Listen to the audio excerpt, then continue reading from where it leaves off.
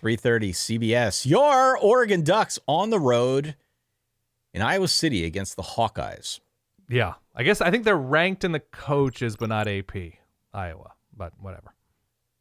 Oregon is ranked 6th, and they are a 6-point favorite. Yeah. This point spread caught me off guard. I'm not going to lie. Okay. It really caught me off guard. Then I ran it through the computer, and the TPS report was spitting out Oregon -7. So we need to unpack why. I need you to tell me why. Yep. Context, though. This is a really good Iowa defense. Stop me if you've heard this before. Mm-hmm. They play relatively slow. They don't shoot themselves in the foot. They also don't offer much, if any, pop through the air. But they are going to try to beat your brains in on the ground, and they're well coached. This is a team that damn near beat Indiana with this exact same template. So my big question to you, can a very one-dimensional Iowa offense with a top 5 caliber defense be enough to beat Oregon and have maybe the biggest upset of the weekend? It's a very tough ask because I think their ceiling is still pretty low offensively in terms of scoring points against a really good defense, which I think Oregon has. If you look traditionally, Oregon loses games sometimes under Dan Lanning. Usually, if not every time, I don't remember if there's an exception to this, maybe the Oregon State one from year 1, they lose to teams who can throw the ball. They lose to Michael Penix. They lose to Will Howard in Ohio State. This year, Fernando Mendoza. They have struggled, relatively speaking, when they have to defend the entire field. And those, Washington receivers or the Ohio State receivers, those are terrific collections of game-changing wideouts and passing games. I don't know if that's how people would describe the Iowa offense. Right? That there has to be that ability to score 27, 31 points, something like that against Oregon. And I just don't think Iowa scores that number. Now, can Oregon's offense go into a shell like they did against Indiana and struggle and turn the ball over? And, Dante Moore may have broken his nose or something against Wisconsin. I'm sure he'll be playing and starting in this game against a tough turnover forcing defense in Iowa and lose this game 14-10, 13-11. I don't know. Take your pick of like weird scoregami numbers. It's possible. It's in the realm of possibilities. I just don't think you can be this one-dimensional on the ground and expect to score 3 touchdowns against this Oregon team. I don't love Oregon's linebackers. I think they might struggle some for a stretch in this game against the running game. But I just think it's too much to ask that Iowa can win this game and be confident that this is going to be a 13-10 game. Because I think that's the only way Iowa truly wins this game. So I think I'm going to take Oregon winning and not covering.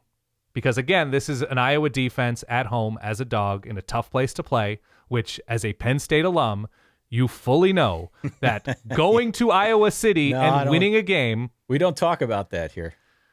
Now, the other thing is, it's been a weird year for Iowa football, right? They kept it close against Indiana. They likely should have lost to a James Franklin and Drew Aller-less Penn State at home. They should have lost that game. They pulled it out, and that's what, decent to good teams do. It's Caden Weechin, the all-purpose big-time weapon for Iowa. That he's worrisome, of course, if you're an Oregon fan.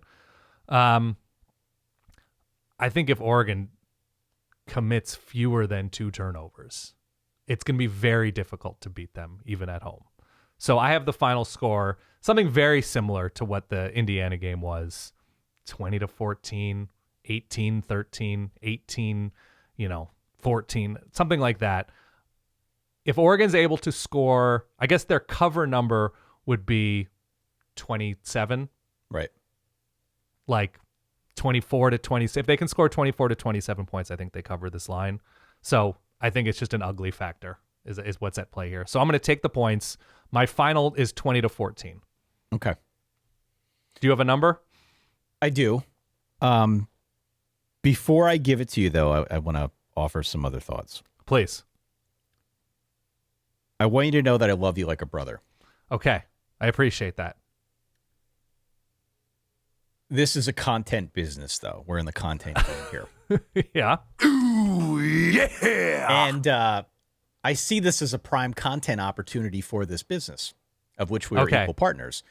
I also am doing this to prove that I can jinx any team, anytime, anywhere. Okay. So I've got Oregon winning by a 24-14 score, and let's lock it up, Dan. Oh, I like that. So what is it about this matchup that makes you feel in your loins, Ty? And I don't often talk about your loins. All the time, yeah. In your loins, you're like, it's just going to be an impossible mountain for Iowa to climb. I think the one-dimensional nature of the offense can work against a bunch of teams in college football. Yeah. I don't feel like it can work against Oregon. I really don't. I think they are too good on defense. I think everything is going to be so telegraphed, even though Iowa is really well coached, and even though from afar it seems as though it should be easy to stop them, Iowa and Kirk Ferentz have proven time and again over his tenure that even though it seems very simple, there is a lot more nuance to it than meets the eye. And so it actually is harder to prepare for this Iowa team than many would expect. Yeah. If you ever wonder, how are they doing this? How are they close? It's actually not that easy to prepare for Iowa. No. Because of the complexities with how they run the ball, with how they like to do things. So you look at what Iowa has done so far this season, they've got like 4 ball carriers that average at least 5 yards per carry. They're outstanding on the ground. So I think they're very good at doing that part of it, but I think you need to do more than just that if you want to cover against Oregon. Yeah. You just do. Oregon is too deep defensively, and I still think they're too good on offense. I think they have so many playmakers that can find a way to get into that end zone that I am just not buying the fact that they're going to go to Iowa City and be completely shut out, which is essentially what Iowa needs to happen. Iowa needs to win this game like 17-15. 19-16, something like that requires like 4 field goals if they're going to pull an upset like this. And I just don't know how they score the points.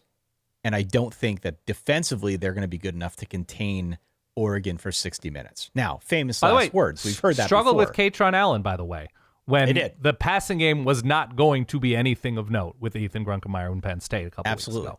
Yeah. Absolutely. So I'm just looking at this, and we often talk a lot on the show about who's got more ways to win. I mean, Oregon clearly has more ways to win. Yeah. They have more ways to win. And I think this could also start off a really pivotal stretch for Oregon, right? They were on a bye week a week ago, didn't play. Mm-hmm.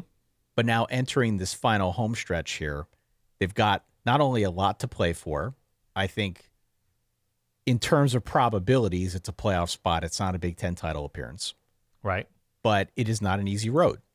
And so what better way to get yourself amped and ready to go and in the proper headspace to make this push than to go on the road and beat a team like Iowa, which could be an ugly affair. If it were up to Iowa, it certainly would be knock them down, drag them out, make it ugly, control the ball for 40 minutes and see what Oregon can do when they have it. But I'm just not buying the fact that Iowa's going to be able to totally shut these guys down. So I've got 24-14. I'm locking it up. By the way, the offer stands. Which is, if I am wrong again about this one, as all the locks have been this year, I think I have gotten every single lock wrong with the exception of one, maybe back in week 2. Okay. It has truly been a tour de force of incompetence. This is your charity offer? Yes, this is the charity offer, and I'm almost doing this as a proof of concept for people. Yeah. Because if Iowa were to either cover this spread or end up winning the game outright, is this not like one of the bigger jinxes that I have had so far this season? Potentially. It is. It absolutely is. I'll give you one more wrinkle, by the way. Please. That would go against Oregon right now. If you're an Oregon fan, I would really, really hope that this has been a week of punt coverage focus. Iowa is either the best or like one of the best 3 punt return teams in America. And so you look at how Iowa can find points, short fields or returns could absolutely be a way against Oregon. So that would be the other thing I would throw in.